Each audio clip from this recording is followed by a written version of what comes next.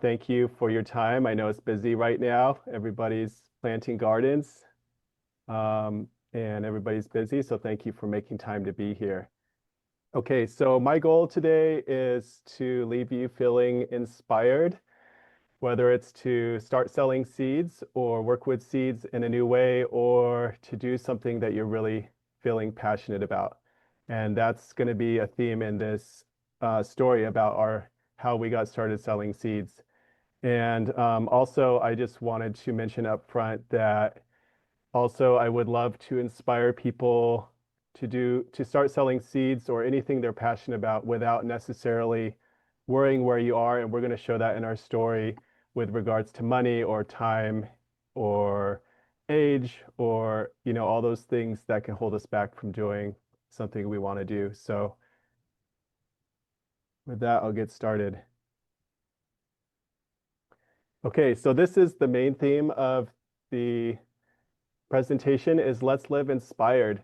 And this is my son a couple years ago. He was about 2.5, I think. Right now he's 5. But my son has been one of my greatest teachers in learning to live more present because just his natural state is being present with the world around him. And so I'm always looking to him to for inspiration in how to live more present in my life. And whenever I can live closer to my heart, then I can find myself more nourished by my lifestyle and moving in a direction that's more in alignment with what my heart wants. Okay, so a quick introduction. So who we are, we're a small family. My name is Noel, and my sweetheart's name is Anne, and our son is River. And we're in our mid-40s right now. River's 5.5, and this is what we do. We work with seeds. We are selling seeds. We're sharing seeds. We also eat a lot of the seeds because most of the seeds are edible. And we are big time gardeners. My sweetheart Anne loves flowers, so she brings all kind of flowers into our gardens and beauty. I'm into food forest and edibles. We both love herbs, and we're homesteaders. So we're really into doing things in the kitchen and all kind of homestead activities.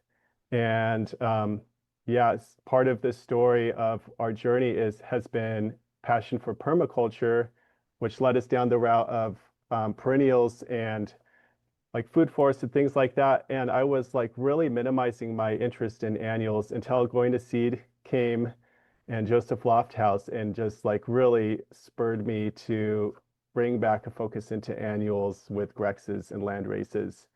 So that's part of what we do in our homestead and a big part of it. And where we live is in Southern Oregon. And people think of Oregon and Washington commonly as having a lot of rainfall and being like pretty moderate and temperate, but we're inland. We're a bit more from the coast, and we're in the rain shadow of the Cascades. So we actually have a long, hot, dry summer, and we have a cold, wet winter. So we are considered basically a Mediterranean climate, and we could grow a lot of Mediterranean type plants. And this is an oak savanna type setting.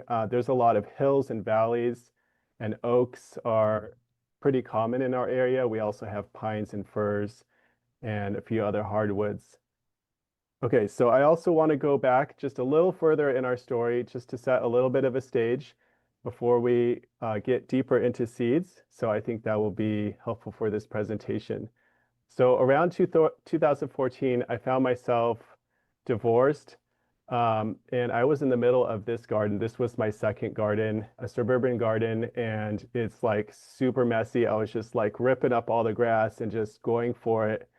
And when I got divorced, I knew I had to finish this garden because I had been gardening for 2 or 3 years at that point, and I already knew it was my life's passion. I didn't have a life passion before that point, but my heart wanted me to keep gardening. And then a few months later, after I got laid off from my work.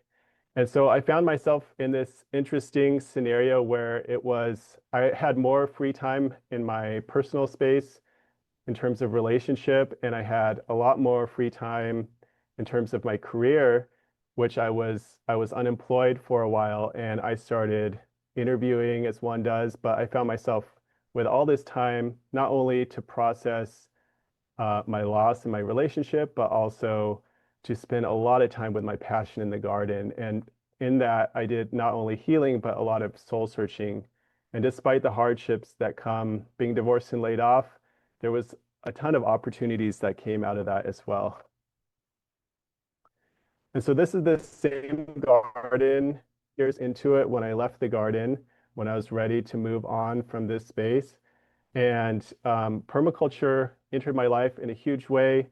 I was really struggling with a garden. I was still a new gardener, didn't really know what I was doing, couldn't grow much of anything in my second garden.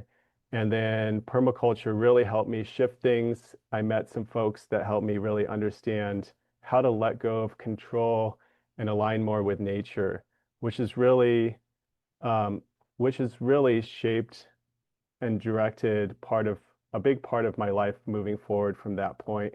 And I didn't really know it so much then, but looking back, that was a pivotal moment because as I had all this free time and I was listening more to my heart, I was processing this being divorced, which was it felt like I was going through healing one of my biggest fears through that pain. And suddenly through that, I realized if I could deal with this, I could deal, other things are easier. And so they seem more trivial. So what before had seemed like a big roadblock suddenly was an opening for me. And I looked at my gardening, how much I loved it. And I said, how can I make a career out of this? How can I earn money doing what I love so I don't have to separate my work life from my passion? And so one of the things I thought of was I could be a farmer and I can make money farming. So I started volunteering on the local farms, and I was in Southern California at the time. So there were about 3 local farms I could find that I could volunteer on, and I did regularly. And I volunteered at an ecology center. And then as I started meeting farmers, I realized my heart was smiling so much because I realized there was more cooperative nature and less competitive that I was used to in my career up to that point. There was people willing to spend more time with me, even though they were so busy. And it was just like, it really stands out to me. Even in that moment, I realized, wow, these people, they're welcoming me with big hugs and I don't even know them. And they're like spending an hour to answer my questions when they have all this farming to do. And I want more of this in my life. So I started following every lead that was presented to me, and I ended up enrolling in horticulture school for a semester, and I ended up working in a local landscape company, and I also ended up working full time at 2 part-time jobs. And the right photo, the left photo is the horticulture school garden, and the right photo is a citrus orchard that I was working in. And I was also working in a permaculture garden. And basically, in both places, I was doing hard labor for minimum wage, but I felt so happy with that. My body felt so happy. At the time, I was in my early 30s. I had a ton of energy and I was just like happy to pay the bills and I slept so good at night. But the problem with that was when I shifted into working for other people, I lost the mentorship that I was really enjoying with volunteering. And so I really wanted at that time when so many things were opening for me, I wanted to learn so much before I settled into some kind of career or a certain path. So I decided to continue volunteering through the woofing program, which allowed me to live directly with farmers and homesteaders. I was really excited about permaculture, and at the time I couldn't find a permaculture farm I wanted to apprentice with, although now I know of a few, but back then I couldn't find any. And so I kind of developed my own apprenticeship by going to 6 different homesteads and farms, each one specialized in a different thing. Like one was specializing in livestock and animals, another was herbs, another was market gardening, and so on. And I set out to do that for 6 months, and I ended up doing that for about 2 years, which was really rewarding. And then my ex-wife at the time was also on her own path of exploring, and she went to an apprenticeship at a farm. And neither of us had farming backgrounds, obviously, or anything like that. We were like working desk jobs. And she apprenticed at Camp Joy Gardens in Northern California, just out of Santa Cruz. And she spent a season there and was totally inspired. And we ended up talking after not talking for about a year and a half. And then we were sharing our stories, our personal growth, and our expansion, and decided to give it another shot and perhaps homestead together. So that's what we did. And so we were both without job, without income. We were used to volunteering for farmers and homesteaders. And we found ourselves wanting to homestead together. And without the job, we said, well, what are we going to do now? We don't have anything lined up. We knew we wanted to move to Southern Oregon by that point, and we were having some roadblocks on finding the right place that we wanted to go to. And so we finally said, okay, what is our heart saying? Let's just put what our heart says down on paper. So we did. We wrote it out. We want to work trades so we don't have to spend as much on rent. And we want a beautiful garden in Southern Oregon and a few other details. And we put it on Craigslist, and we got some responses, and we fell in love with this place we visited. And so on the right is our part of our garden that first year. So we were planting out seeds that we had collected through our volunteering and apprenticeships, seeds that were gifted by our mentors, and we were just so excited. And so now we're getting more into the seed part of the presentation. So at that point, we were still, like I said, without income, and we were still in this mindset of volunteering, which we really enjoyed. We were soaking it all in. At that point, for the last 2 years, all of our friends that we were making were farmers, homesteaders, herbalists, permaculture folks, those kind of down to the earth folks. And we loved it. We loved those personalities. We loved that community. And so that's one of the things we kept doing initially when we moved to this new region for us. And so Anne was volunteering at a flower farm. She loves flowers. And the flower farmer was working in conjunction with Siskiyou Seeds. And as a result of that volunteer work, we got invited to join their Seed Academy in 2018. So we did. And at that point, we had a long list of like potential homestead income ideas that we liked and potentially would be exploring. And we did explore quite a few. And seeds was one of those on our list. But at that time, it wasn't really like popping out at us, even though we knew we liked saving seeds and we wanted to grow everything from seed. But selling seeds was not super high on our list at that point. We took the Seed Academy, which was a 3-day intensive workshop, and we just came out inspired. And we're like, we're doing this. It might not be the only thing we're doing, but we got to do this. We got to try it.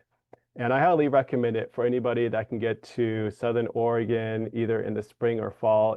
It's a great workshop. Don Tipping is an expert seed farmer and very knowledgeable, very, very inspiring. So we came away inspired and empowered with enough knowledge to get us going, but obviously still a lot that we needed to learn. But we were so inspired that that didn't matter to us.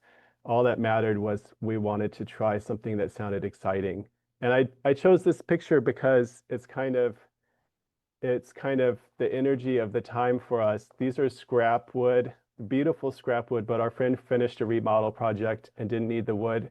So we took it and built John Jevons style seed boxes. We're still using it to this day, like 8 seasons later, and it'll probably last a few more at least. But yeah, this was the beginning of our season, and it was on land that we were doing work trade and renting. It was acreage, but the garden was only, I would say, like a quarter acre or less that we were growing in. And that is how we got started there. So I want to share my practice work with seeds. Um, so at the time, because if you ask me today, I have so many more reasons that I could put on this list. But at the time, we were feeling like it made a lot of practical sense, but it also felt really right in our heart in terms of the relationship and the magic with seeds, and in terms of being able to work more in the garden for a living. And so I think it was, looking back, it was important that we had both the practical reasons and also the heart reasons. And so it was like a whole body yes. And we were pretty sure we didn't want to be like a market farmer at the time for our own personal reasons. If I was younger, I'd probably consider it more seriously.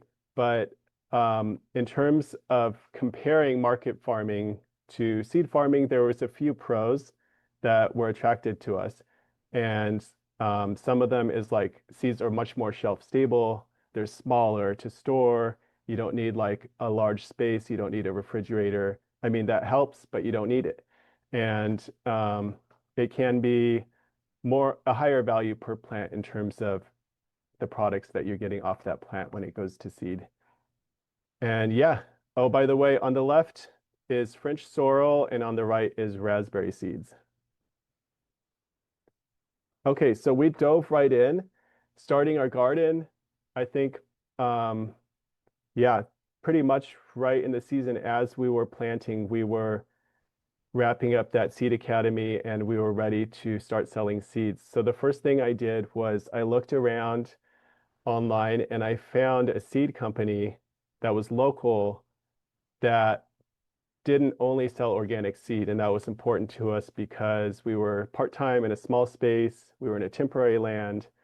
We didn't want to buy organic certification. And to this day, we still don't have it. So we reached out to this company called Restoration Seeds in Southern Oregon, and we were just honest, and we just wrote an email and said, "Hey, we're new to the region. We haven't grown here before, but we're super passionate. We just took the Seed Academy. We we're going to do this part-time and in a very small way. We're not farmers. We're growing on a homestead scale. Would you give us some seed contracts?"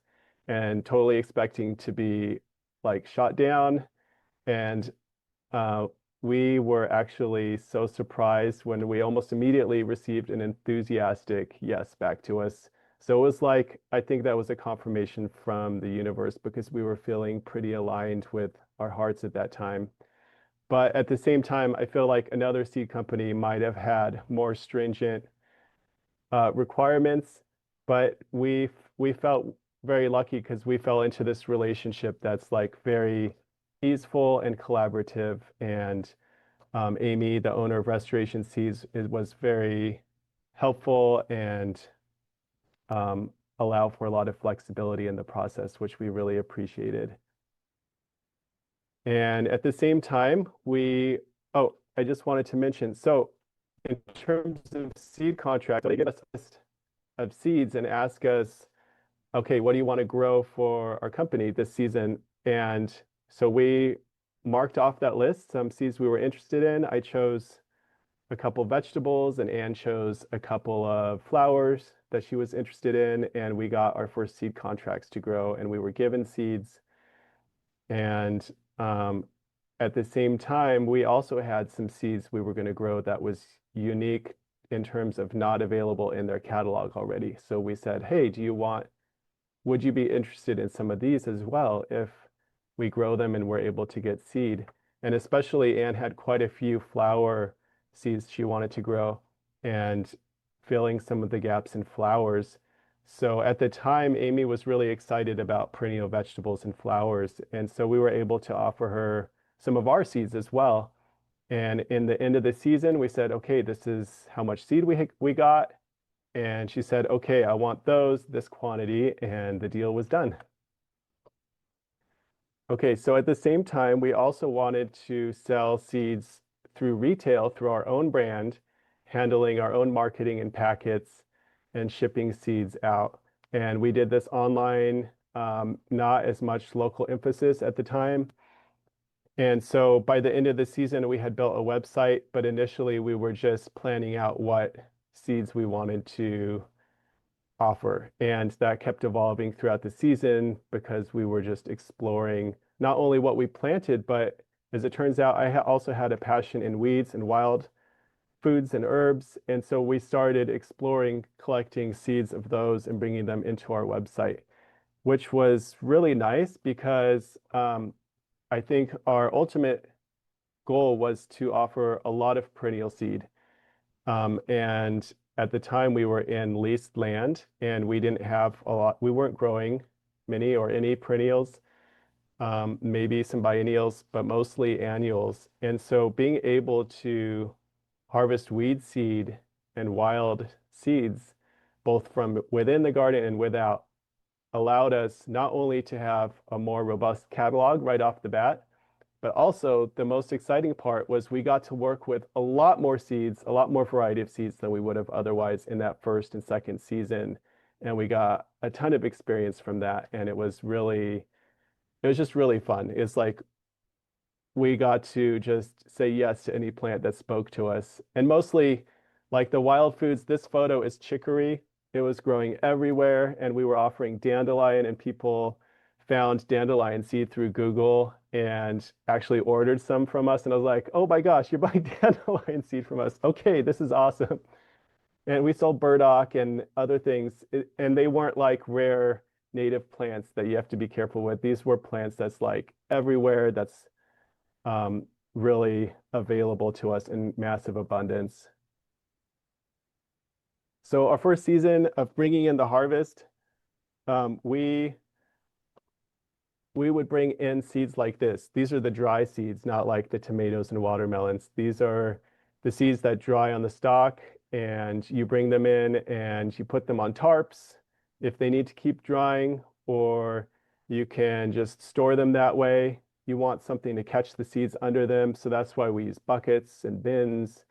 And you see some buckets that have seed stock still in them, which might just be temporarily storing that way, or we might be harvesting it a little bit every day and then put a few more in.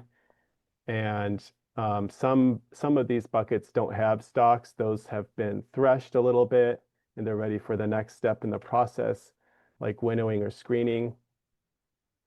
And here's some screening photos. That's my son on the left. He's probably around 3 at that point. And since he was walking and talking, he's been involved with seeds. And one of my favorite memories is bringing in like fava beans and dry beans and having them in a platter or like a big tray, and him just like there for 20 or 30 minutes, just like feeling it with his hands. And so I ended up doing that more, and it's just he has so much to teach me about enjoying this world. And I'm just so grateful he could be part of this process. But he's also proving to us that young children can be helping us, screening seeds, doing other aspects of the seed cleaning process. But really what I want to show you here is that we're using inexpensive tools like these colanders, and we use kitchen sieves of various sizes to screen our seeds. And still to this day we do.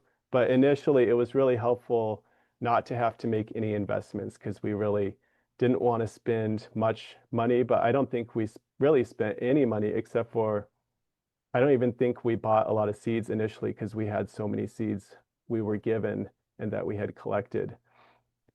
And to this day, I'm still like have fun going to thrift stores and yard sales and looking for screens with different size holes. But honestly, you only necessarily need a few screens to get started. Like there might be certain screens that's just perfect for a certain seed. But I remember Carol Depp says something like she uses 3 sizes of hardware cloth. I think it might be 1/8, 1/4, and a half. I'm not sure exactly from memory, but she says with those 3 size screens, she can clean pretty much any seed.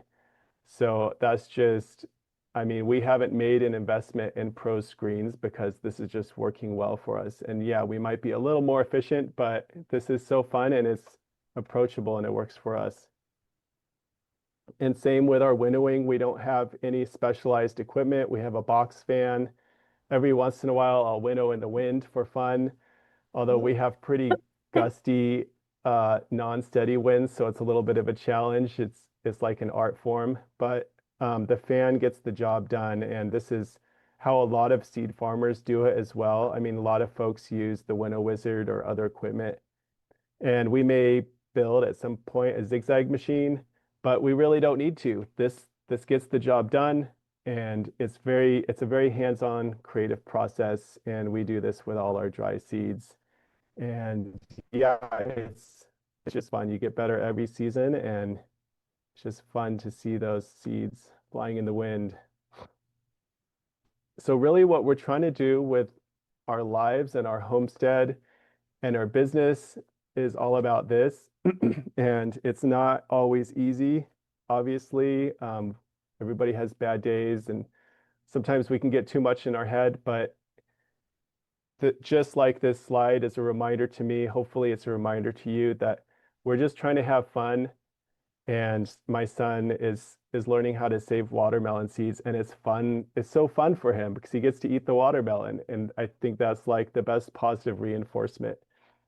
And we're enjoying sharing extra seeds. The more seeds we clean and grow, and the more seeds we have available to sell, we find ourselves with a lot of surplus. And so we're able to gift seeds to friends. These seed packets were for a birthday party, and my son really enjoyed drawing the packets and being involved in that. And because he sees mom and dad doing it all the time. And we are starting to donate seeds to seed libraries, and family and friends get a lot of seeds from us. And then finding beauty is just really a big part of it. And whenever I get stuck in my head, ultimately I come out and I remember back to my first gardens where I was just so mesmerized by watching the plants grow and the insects and the flowers and every little detail that was just so magical.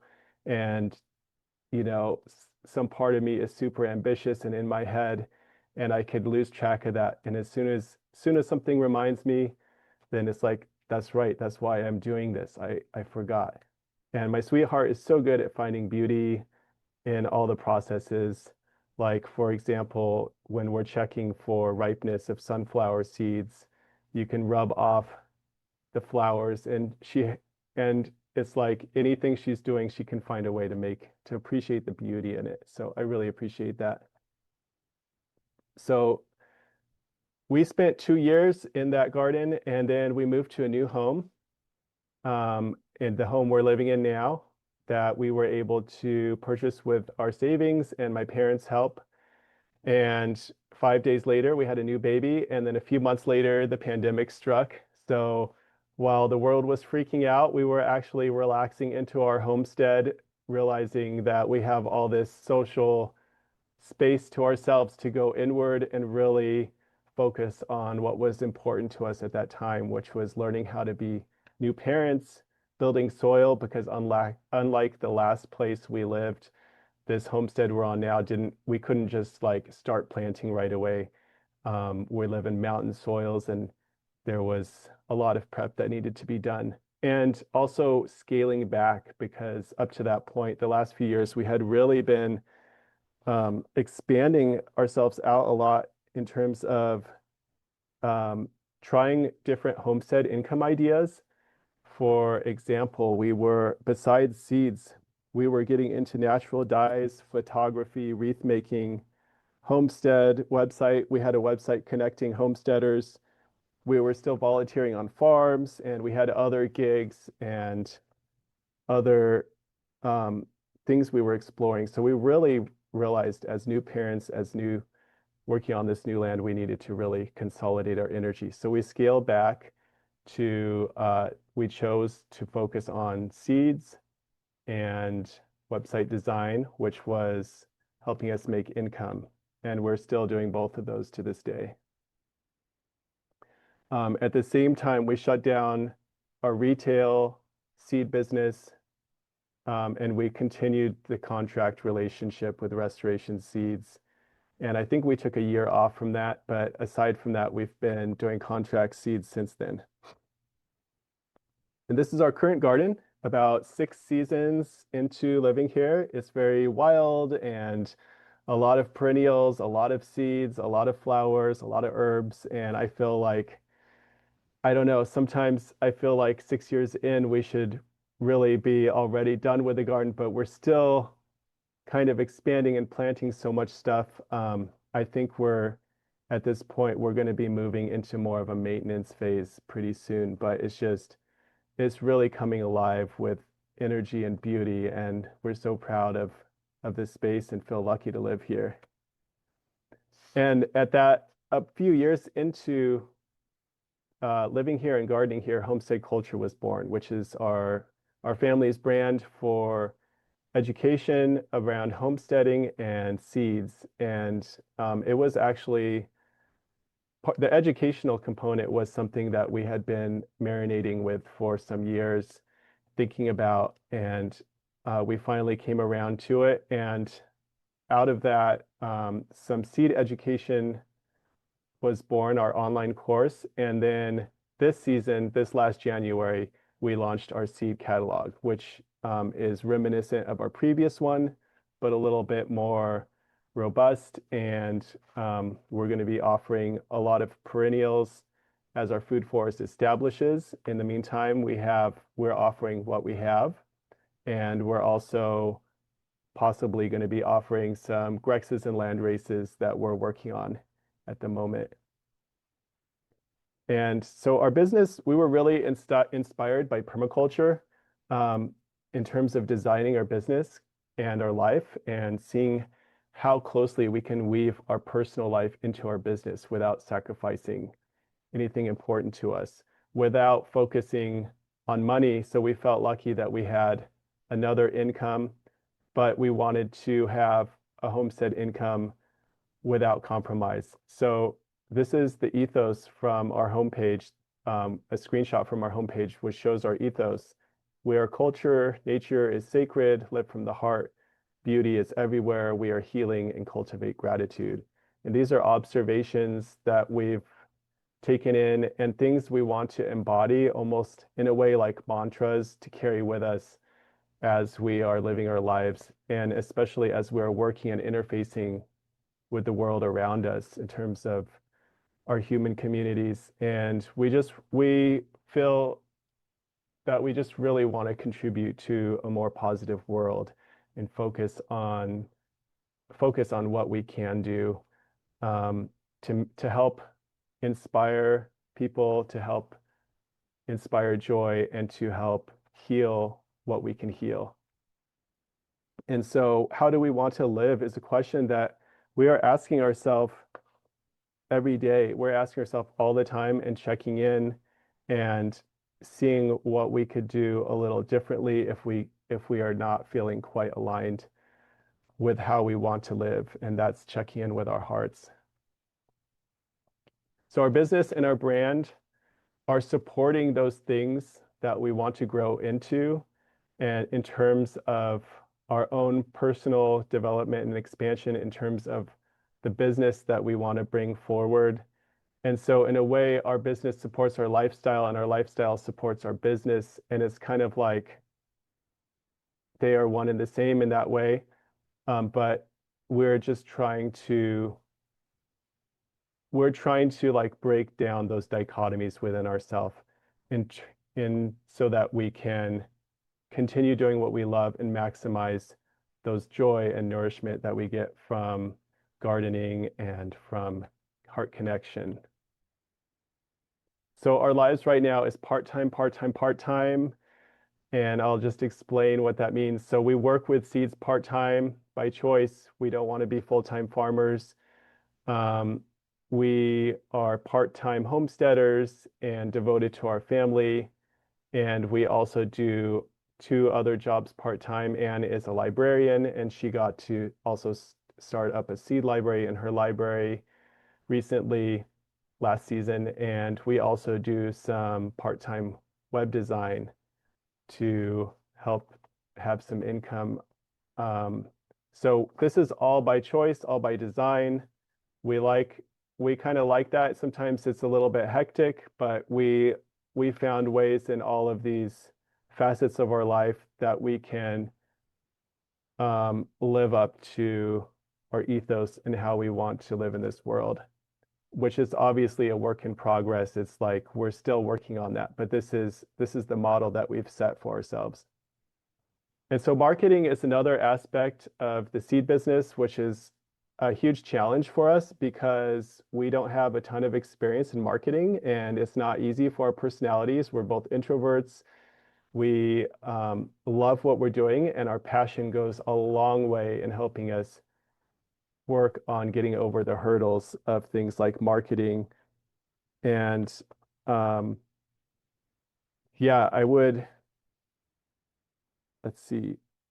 So in terms of marketing, so our brand is our personalities, which is, I mean, if you listen to any marketers, that's what they're all saying this way, but we're finding ways to really do that. People say authentically, but what I mean by that is we're finding ways to basically bring our hearts forward through our marketing, which has not been an easy journey, but we find when we can that it's so much easier to connect with people as we can really put ourselves out there to show what we're trying to do. And the other aspect of our brand is, in terms of seeds, is the unique niche of what we're growing. And we didn't really design our niche. We just let our passion come forward. So perennials is part of that, flowers is part of that, herbs is part of that, wild foods is part of that. And now Grex's has come on the scene in terms of our passion. And we are just bringing that forward so that we could be passionate about our niche rather than trying to say, what does the market want? And we feel lucky that those niches are in demand right now, so that's very helpful. But I think in this modern world, there's a market for pretty much anything that we're passionate about. So I think that's my biggest takeaway. Initially, our retail brand started selling. We were focusing on selling nationally through our website. To be honest, in our region, we're lucky. There's already 4 seed companies that offer like the herbs, the veggies, the flowers, the grains, kind of. And then in addition, our region has 2 other seed companies, one specifically for native seeds and one for herbal seeds. And so we felt a little bit like intimidated by that, like, well, the market's already covered locally, so let's just put it out, through the internet. And so that's what we did, and we got sales, but as initially it was a little bit slow, and we said, well, let's look at our local market, and we did put it out, especially through like Facebook groups and other local communications. And we were surprised that local, in some ways, is easier because there's a built-in trust with local that we had kind of overlooked or didn't realize. So that was really inspiring. And the other thing we're relying on right now a lot is SEO and Google searches. It takes a lot of time to build up that SEO, but already in half a year or maybe 5 months or so, we're seeing our SEO ramp up, and we are getting sales from Google for specific things people search for. And we write a lot of content on our blog, and we write detailed content on our seed varieties, and I think that helps us get out there in terms of searches finding us. And through this theme of living inspired, through opening our hearts to our passions and bringing that into our business, we've found time and time again, every time there's a struggle, a block, something that we feel like is going to be hard or not right, but our heart says yes, and then we move past that, and then new opportunities are opening. For example, just recently, our friend in Missouri invited us to bring our seeds to her farm stand. So even though we were super busy and second guessing it, we said, no, let's just do it. So we packed it up, sent it to her, and these photos are our seeds in her farm stand. And then we're starting to get invited to local seed events. were getting invited to workshops and education like this webinar. I started writing a gardening blog column in the local newspaper column, which wouldn't have happened if I didn't start writing a blog on our website. And I never knew I would love writing so much, but I did. And we're starting to offer seeds to Experimental Farm Network, which is a great way, especially while we're starting and we have bulk seeds, but not as big of a market yet. It's nice to have these contracts. And in terms of Experimental Farm Network, they offer consignment. And we're also talking to their sister site, Ujamaa. And we also got approached by some friends that grow seed contracts, but have extra seed they couldn't sell, saying, would you sell our seed? So we're exploring that idea to see if it makes sense. And so now we're asking ourselves, what's next? Because we're kind of saying yes to everything, but eventually we won't be able to. So we're just enjoying this expansion and realizing that we try things, it doesn't have to be forever, and we can see what works for us. So the presentation is Live Inspired, and I just wanted to come full circle back to that and pose the question to you, what will you do with your next 5 years or 10 years or 15 years? Because that's me on the left in my very first garden, which was 300 square feet. And that first season, I knew I loved gardening, but I didn't know where it would lead me. But what I knew when I grew my first carrot and my first leek, I knew how happy that made me feel. I knew how happy it made me to bring food in from the garden and cook it, and how happy it was to spend time out there and no leaks. And it took, I just really enjoyed those little moments with the garden and looking at the micro and the macro. And so I didn't know that would lead me where we are today, but if I was to go back and give myself advice, I would say follow your heart and listen to your heart, and I would help myself be able to do that better, because it's so easy to get stuck in our heads. It's so easy to get stuck in thinking we have to live a certain way or have a certain amount of money or follow a certain protocol. And I was trying very hard to fit in, but the garden made me happy. And now seeds are making me very happy. And so we'll get to questions in a moment after a few more slides. I just wanted to stop here and express my gratitude. And I really like this photo. I grew this corn a few years ago, and this photo is special to me because it really represents a lesson that I've really embodied, which is I used to get frustrated sometimes if I grew a crop and I only had one small tomato, or I only had one small whatever it is, or like things weren't as big as I wanted them to be, or I dreamed they would be at the beginning of the season. And over time, especially through saving seeds, and I've learned to just really always celebrate the small harvest. So that's what I'm harvesting today, is gratitude for every harvest in the garden and life whenever I can be present with them. And I'm super grateful for Julia and Going to Seed for allowing me to be in this platform and sharing space with me. And you are my hero, and I love what Going to Seed is doing. And I just feel so grateful for having Going to Seed in our world and helping us have a better world to live in. And in the same token, I am so grateful to Joseph Lofthouse for flipping my gardening over. I feel like he, just like permaculture did, he flipped my world upside down in a good way. And I'm so grateful to him. And I'm grateful to all of you for taking time today to be here with us. And yeah, thank you so much. So I just quickly wanted to share a few offerings that we have.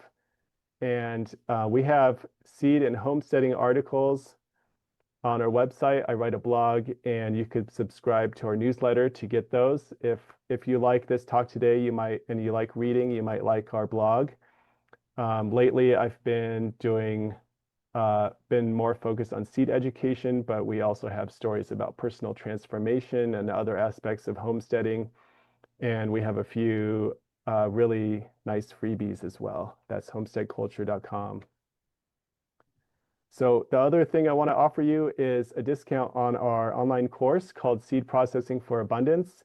I created this course in a way as a complement to other seed saving information because I noticed that seed saving books have a lot of ground to cover.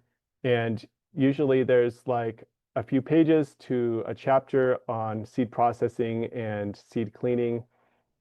And this course is a deep dive into seed cleaning and processing, and we go into a lot of detail of all the methods that are available that we could choose from, more than you would even need. But I find that in terms of being creative with seed cleaning, it's nice to have options because everybody's different. Everybody has a different style or a different body or a different way about thinking about how they work with the plants. And so it's nice to have options. And we also have, I consider it quite a resource available because we have a lot of photographic examples like this photo here.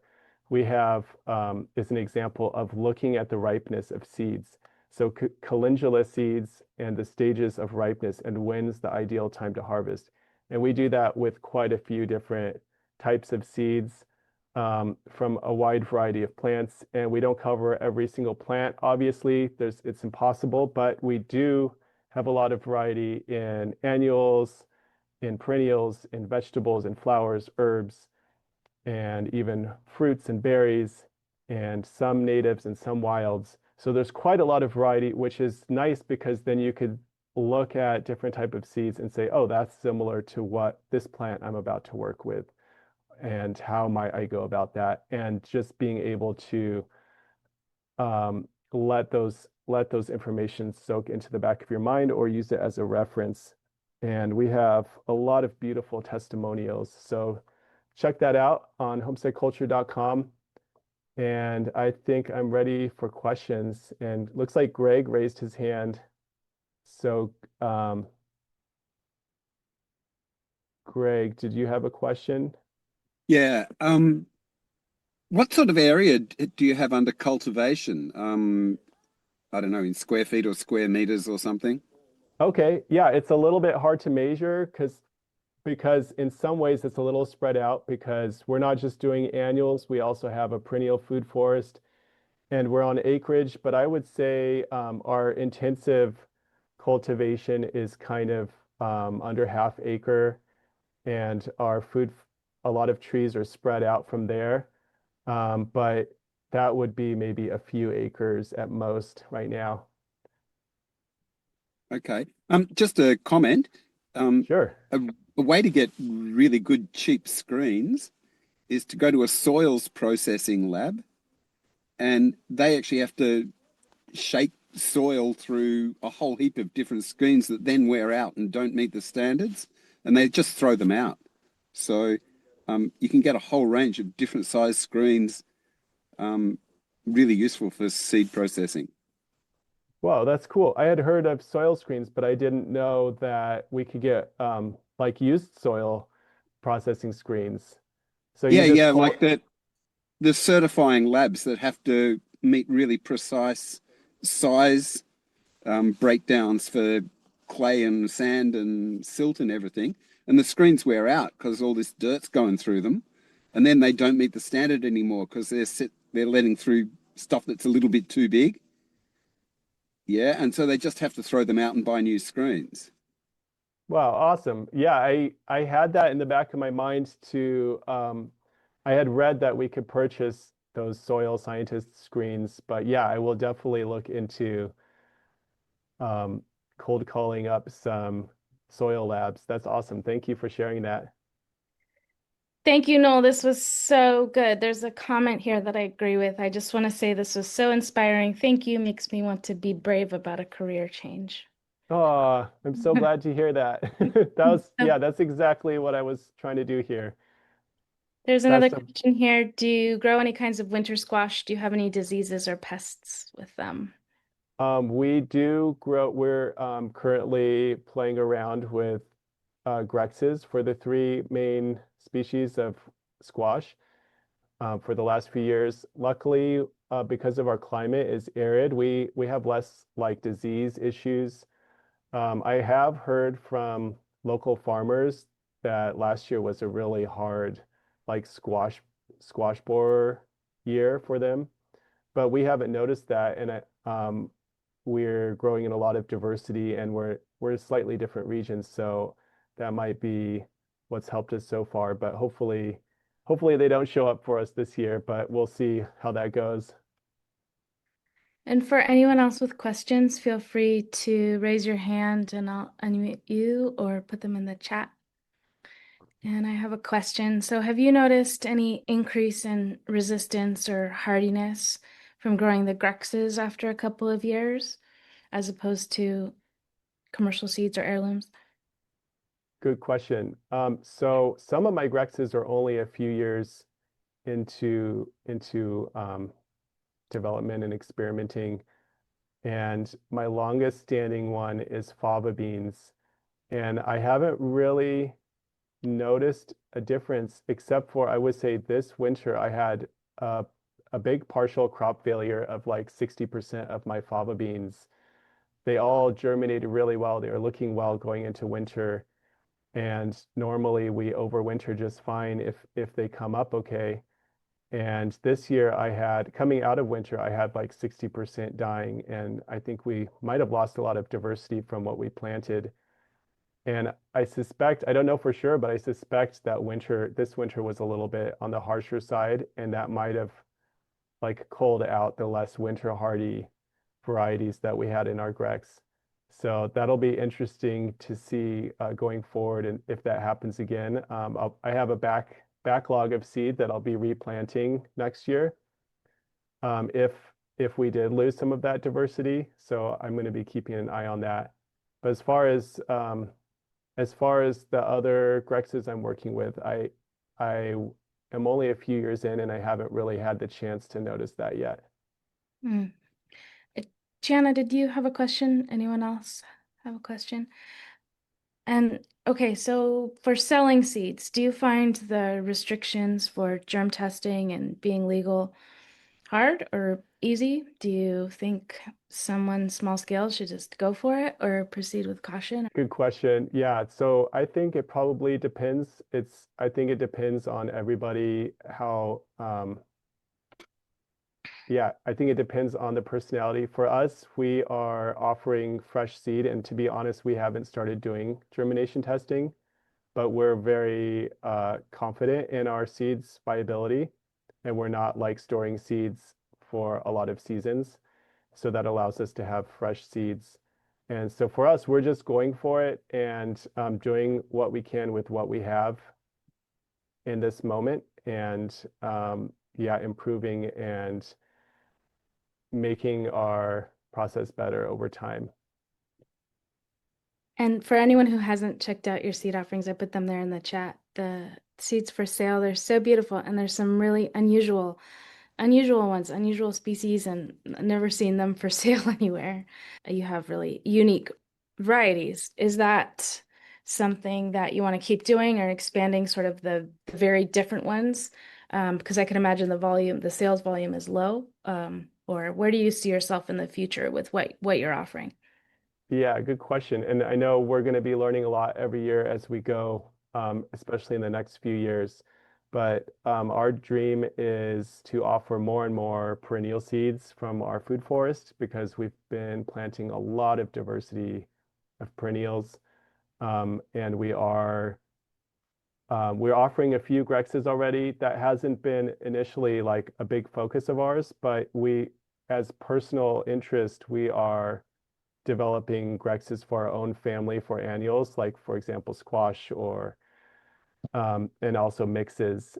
Or right now I'm working on leeks, and I consider it a learning experience, and also being able to have a lot of diversity personally without necessarily having to grow a lot of different varieties for all the reasons that Grexes are great.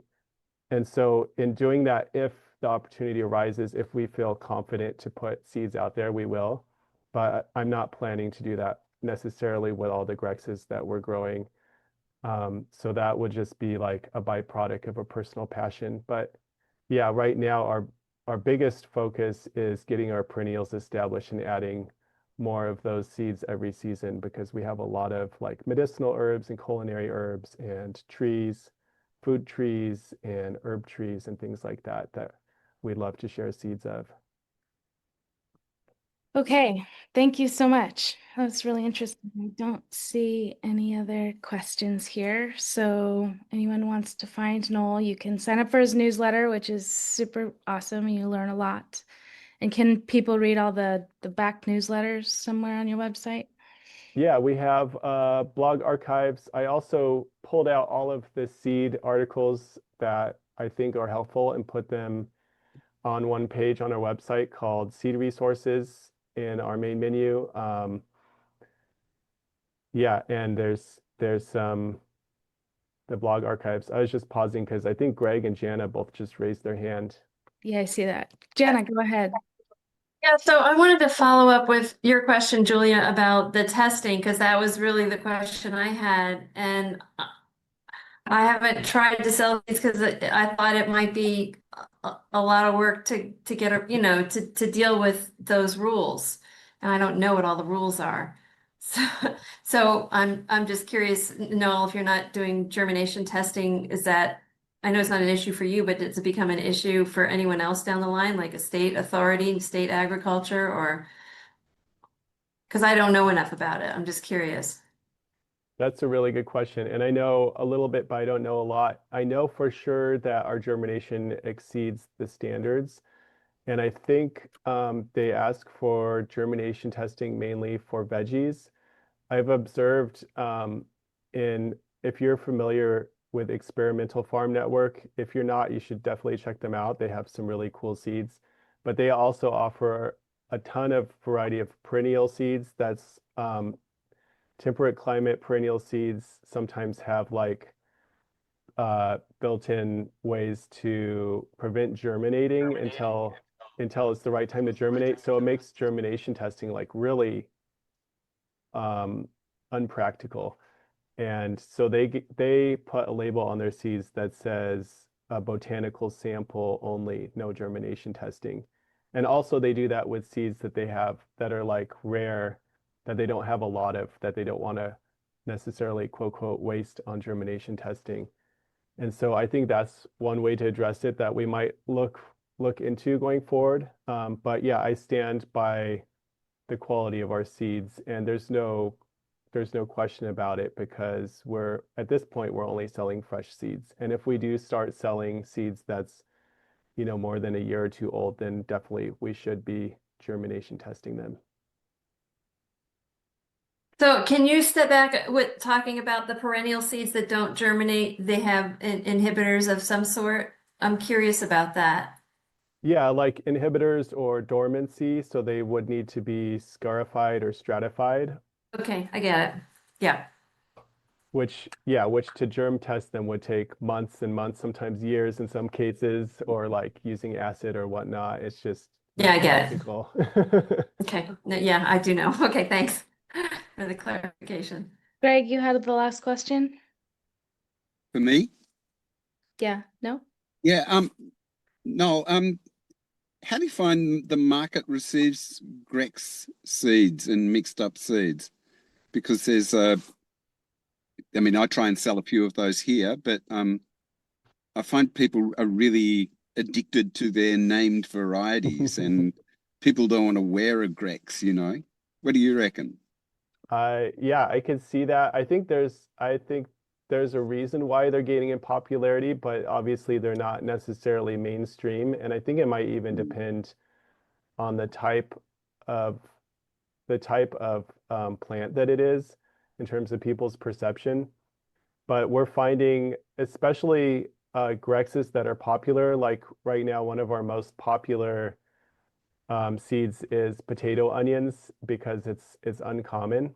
And people, I think, are just, I think if people want something, they're gonna look for it to find it. And so if there's that's one aspect of it. So if people's looking for Grexes, and there is a lot of us out there, even though we're the minority, but there's still not a lot of Grexes available. So I think it's something special. And also it's like financially, there's like a financial incentive too, if people think about it, because they get a lot of diversity for only the cost of one seed packet versus like having to buy a bunch of packets. So there's that if they're willing to be adventurous. But in terms of like talking to gardeners, I find if I explain it to people, they're excited, but they don't necessarily want to do it themselves. In terms, they're worried of crossing sometimes, things crossing that they don't want to. But if someone else is offering something that's already kind of more or less set up, then I think it's exciting once people understand what it is. So there's definitely that education aspect of it. Thanks so much. And thanks everybody for coming. And we'll see you next time. Awesome. Thank you, everybody.